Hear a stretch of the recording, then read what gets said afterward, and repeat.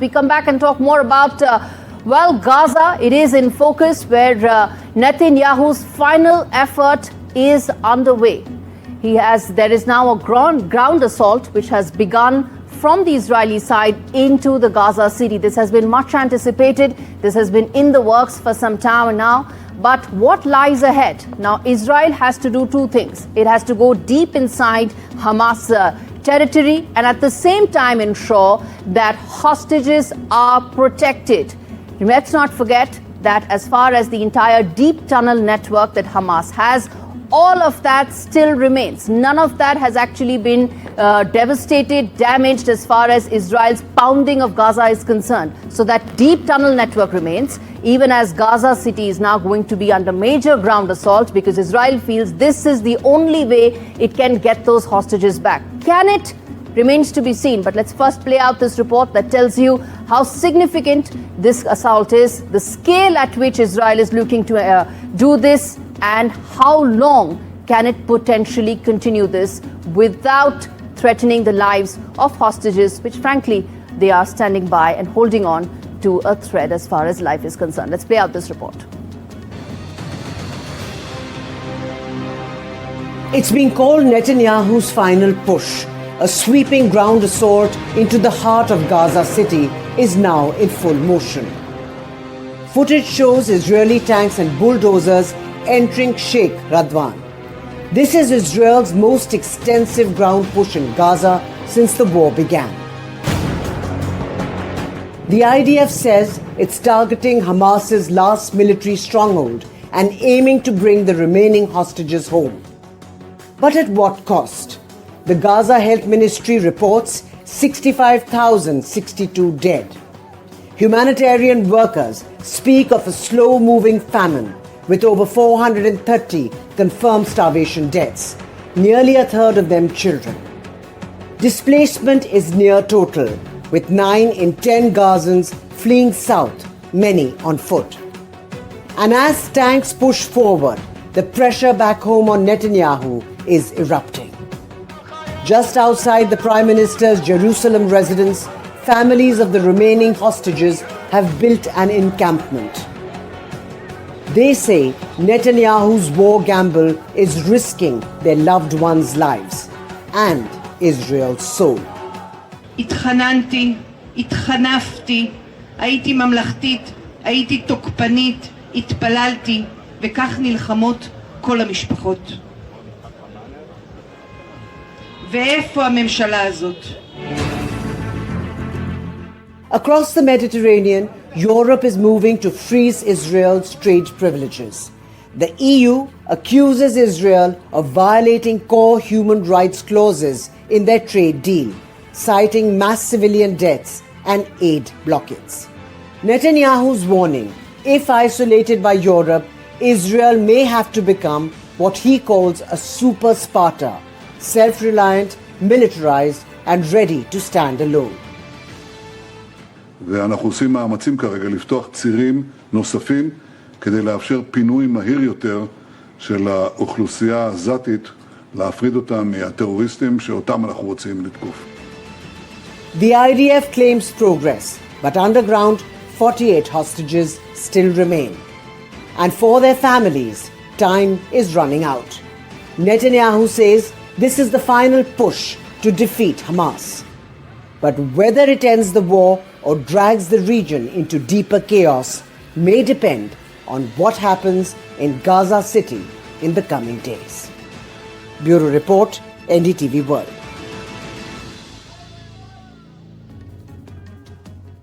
All right, so now you know, viewers, that there is this final assault, the ground assault that Israel has launched into Gaza City. This is essentially something that's been in the works for some time now. Let's put out some of those numbers for you to understand what's at the scale at which this is happening. This has gone weeks and weeks of preparation has gone into it.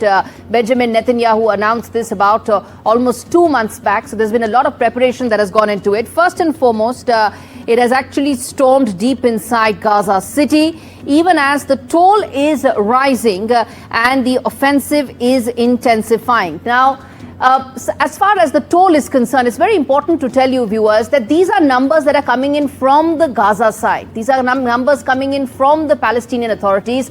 These are not independent figures. That's very important for you to understand that, yes, there is human toll that is taking place, but some of those numbers need to be factored in when you make an objective assessment. Next up, hostage families have accused Netanyahu of betrayal. This is at the heart of the entire issue right now, that when you move deep inside Gaza City, you are actually challenging Hamas in its stronghold, where the deep tunnel network actually exists, and which is where the hostages are also there.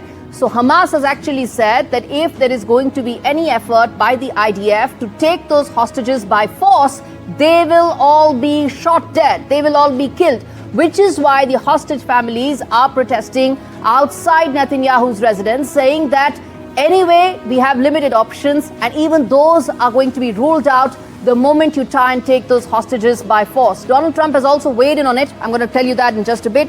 But let's tell you what exactly EU has said. EU has moved to sanction Israel over Gaza.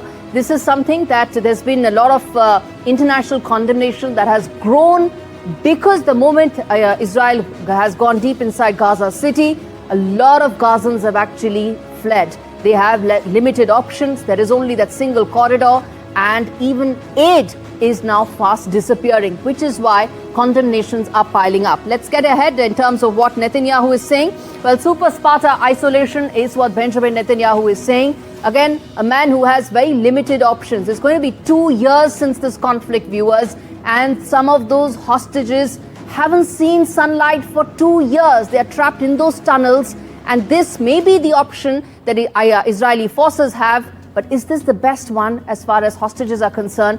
That's something we're going to put out to our Israeli guest, who's going to join me in just a second. Those are Gaza death toll figures. And as I said, something that needs to be factored in when you take an objective assessment. Lastly, famine in Gaza, 432 is the number that's been put out. Some of these are UN numbers. Some of these are numbers that have come in from the Palestinian authorities.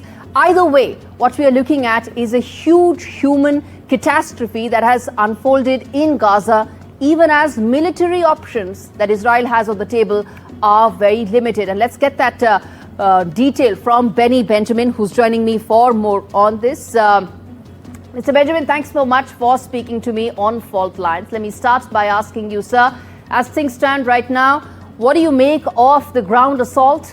It's the final push, so to say, from the Israeli side to get the hostages back. How are you expecting this to play out?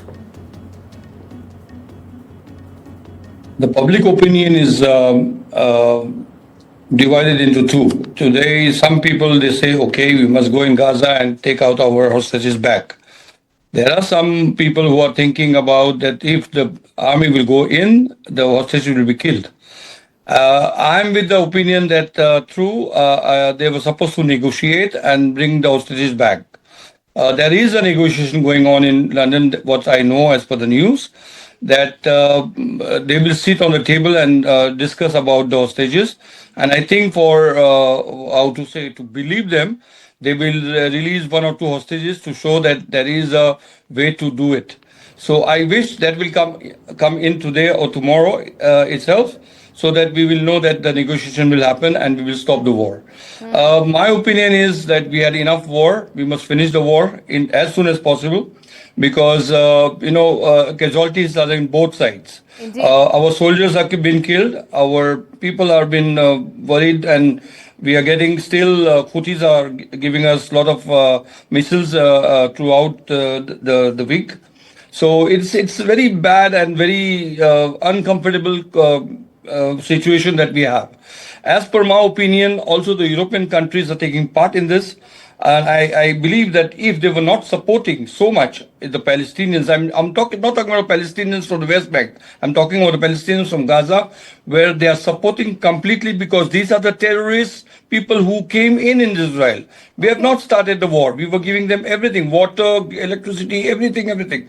So I don't think that we had made any mistake. But the biggest mistake is today that they are supporting and they are sanctioning Mr. Benjamin, Israel. I understand you're making that political point, but I want to come to the assault per se.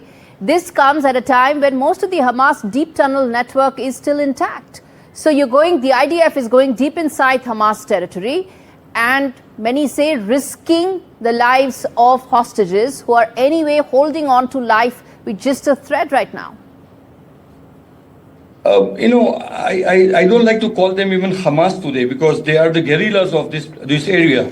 To fight guerrillas, any army, if it is a big army like India or a big army like US or big army like Russia, nobody can fight guerrillas. Guerrillas is one of the worst things to fight out, and I think this is the point where Israeli army was supposed to think that, okay, there are guerrillas, we can fight, we can do it in one day. But the problem is there is a lot of population there, Palestinian population, also the Israeli hostages, and we are not free to go in and fight as we want. So I think better to stop the war. Okay, that's one note to end this on. Penny, we're going to keep speaking, and I'm going to come back to you because this is a ground assault that the world is watching, and we in India are also keeping a very close watch on. Thanks much for joining me on Faultlines this week.